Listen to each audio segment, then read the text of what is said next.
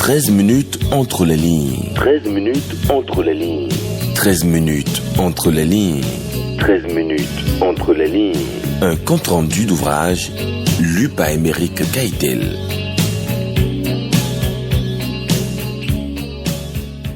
Fidèles auditeurs, auditrices, bonjour. Bienvenue sur votre émission 13 minutes entre les lignes. L'auteur que nous recevons aujourd'hui a défrayé la chronique en 2017. C'est son combat pour la suppression du franc CFA qui a beaucoup plus attiré les projecteurs sur sa personne. Vous l'avez peut-être deviné, Kémy Séba est l'invité de ce numéro de 13 minutes entre les lignes. Avec lui, nous allons parler de son ouvrage « L'Afrique libre ou la mort ». Cet ouvrage est un essai politique. Bonjour Kémy Séba. Bonjour mon cher frère. Votre essai est composé de 10 chapitres avec un épilogue. Il comporte 191 pages. Ordinairement, un livre est préfacé par une seule personne, mais le vôtre est préfacé par 7 personnes, dont le cinéaste Djimon Houssou, l'ancien ministre du Bénin des Sports Gali Soglo et le footballeur international français Nicolas Anelka.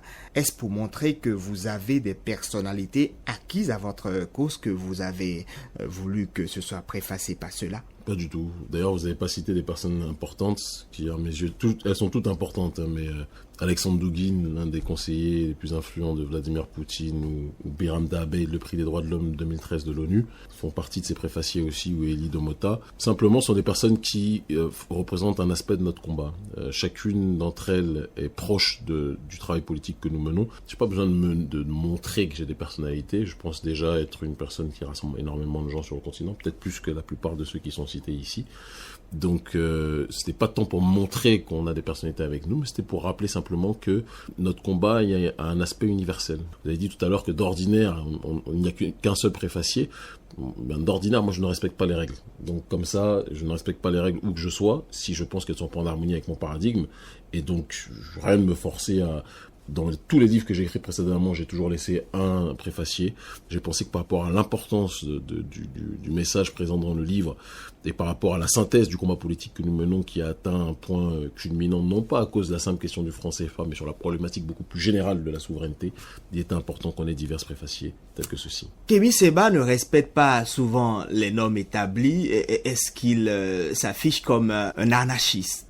Pas du tout. Un anarchiste, c'est quelqu'un qui prône le désordre. Saint-Augustin disait qu'une loi immorale est par essence nulle et non avenue. Donc je respecte, je suis un citoyen modèle quand les lois sont normales. Quand elles bafouent les droits de l'être humain et du citoyen, je me porte en faux par rapport à ces dernières. Et c'est pour ça qu'il y a beaucoup d'autocrates et de dictateurs africains sur le continent qui me combattent parce qu'ils savent que je ne respecte pas leurs lois puisque ces lois sont gérées par des dirigeants qui aujourd'hui eux-mêmes ne respectent pas le peuple. Vous avez commencé à rédiger cet essai le 26 août 2017 et c'était dans une prison au Sénégal. Le premier chapitre nous raconte les circonstances dans lesquelles vous avez rédigé cet ouvrage. Je vais me permettre de lire un extrait aux auditeurs qui nous écoutent actuellement. 26 août 2017, je médite là où je me trouve. Il n'y a que cela à faire. Assis dans l'antre de l'enfer, dans une micro-pièce remplie à l'essai par 15 frères, je regarde à ma fenêtre une ciel qui, bien que ce soit l'été, me rappelle le plus triste des hivers. J'ai soif et trop peu confiance en l'eau qu'on me sert. Néanmoins, l'aversion que j'éprouve pour les adversaires d'une Afrique libre me désaltère et surtout me tonifie bien plus que la classique levée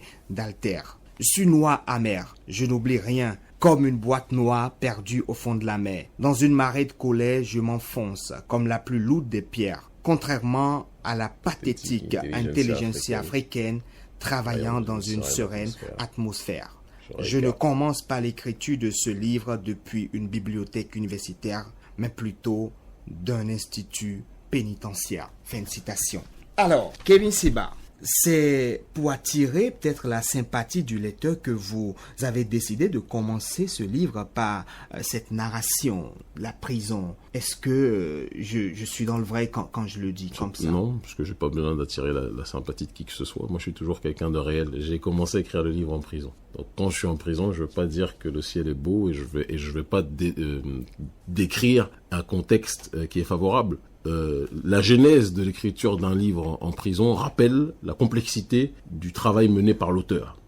La plupart des auteurs que je connais ont la possibilité d'écrire au bord de leur piscine en sirotant leur jus de bissap ou dans leur maison en sirotant leur jus de bissap. Pour les auteurs qui sont mis en avant par l'intelligentsia, l'oligarchie française.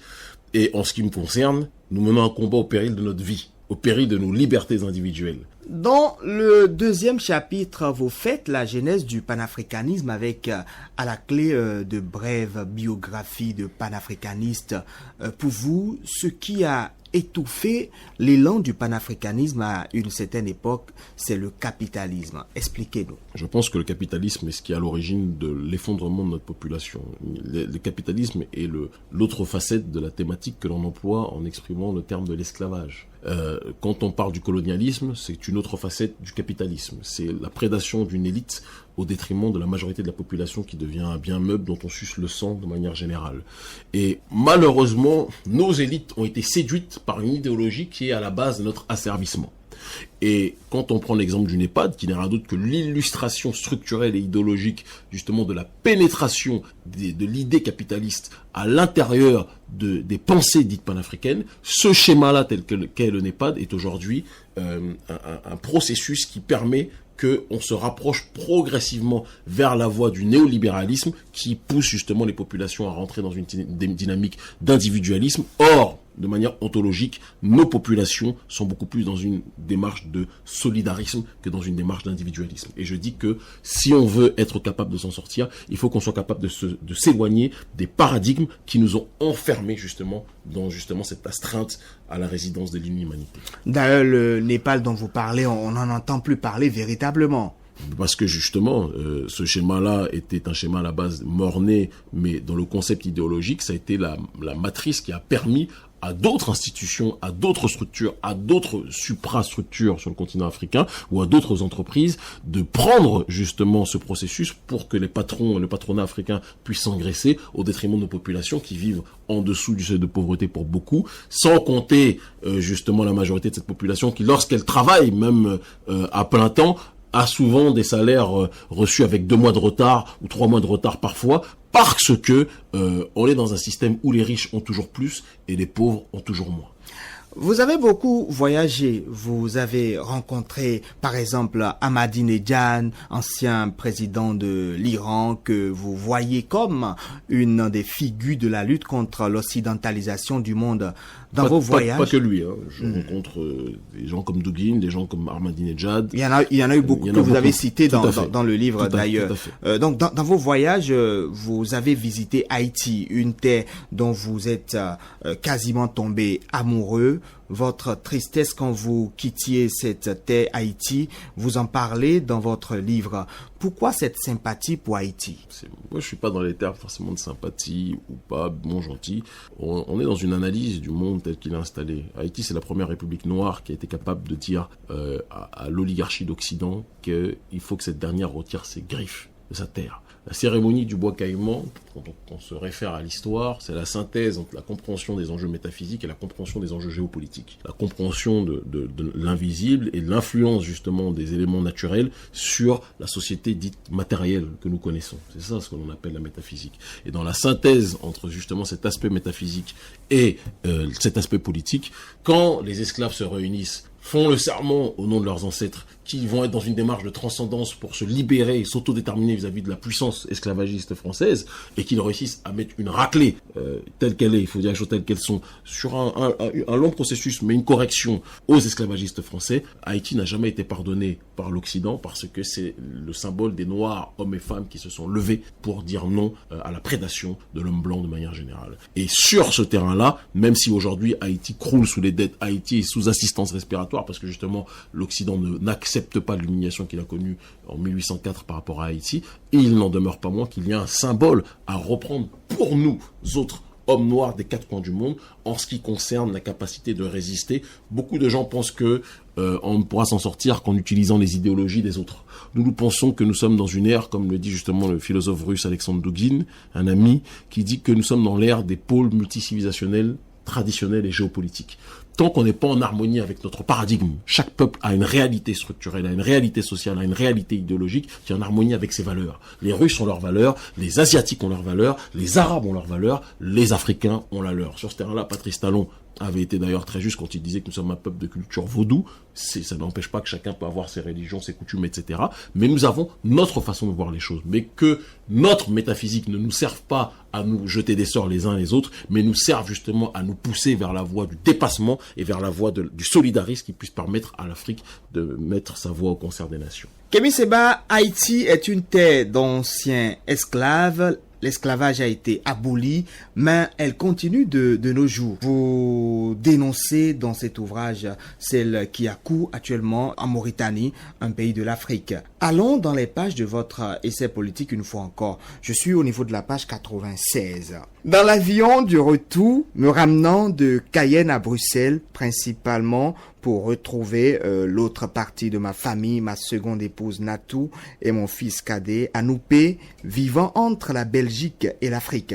La nature me fit tomber sur un article traitant d'un drame absolu avec lequel j'étais déjà plus que familier pour l'avoir traité à plusieurs reprises à la télévision sous forme de chroniques polémiques politiques en y dénonçant viscéralement les oppresseurs, à tel point que certains collègues pensaient que j'en faisais une affaire personnelle, l'esclavage des Noirs en Mauritanie. Fin de citation. Comment se passe aujourd'hui la lutte contre ce phénomène, l'esclavage au niveau de la Mauritanie? La lutte continue plus que jamais.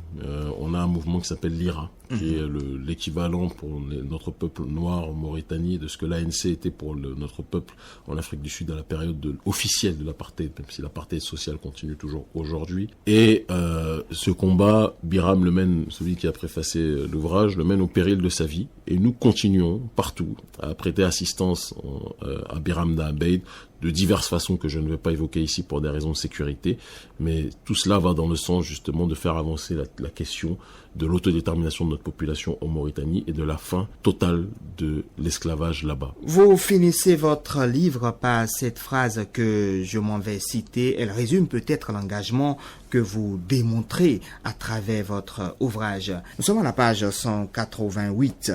Et si la conquête pour la reprise du pouvoir dans son espace doit nous pousser à tutoyer la mort, rappelons-nous alors que mieux vaut mourir en homme libre que vivre en esclave. Puisse la nouvelle génération africaine comprendre cet adage qui n'a jamais eu autant de sens qu'en ce début du XXIe siècle. Kémy Séba, voilà comment vous finissez votre ouvrage. Je pense que l'essentiel a été dit et j'encourage les frères et les sœurs qui n'ont pas encore l'ouvrage à le lire. Ça permettra de faire une mise à jour du combat politique qui est le nôtre et ça permettra à ceux qui ne nous comprennent pas de bonne foi ou de mauvaise de se faire un regard encore plus accru sur le travail politique quotidien que mon équipe d'urgence panafricaniste effectue un peu partout sur le continent et dans la diaspora. Merci beaucoup. 13 minutes entre les lignes pour aujourd'hui. C'est fini. Frusquin et Yedan étaient à la technique à ce micro.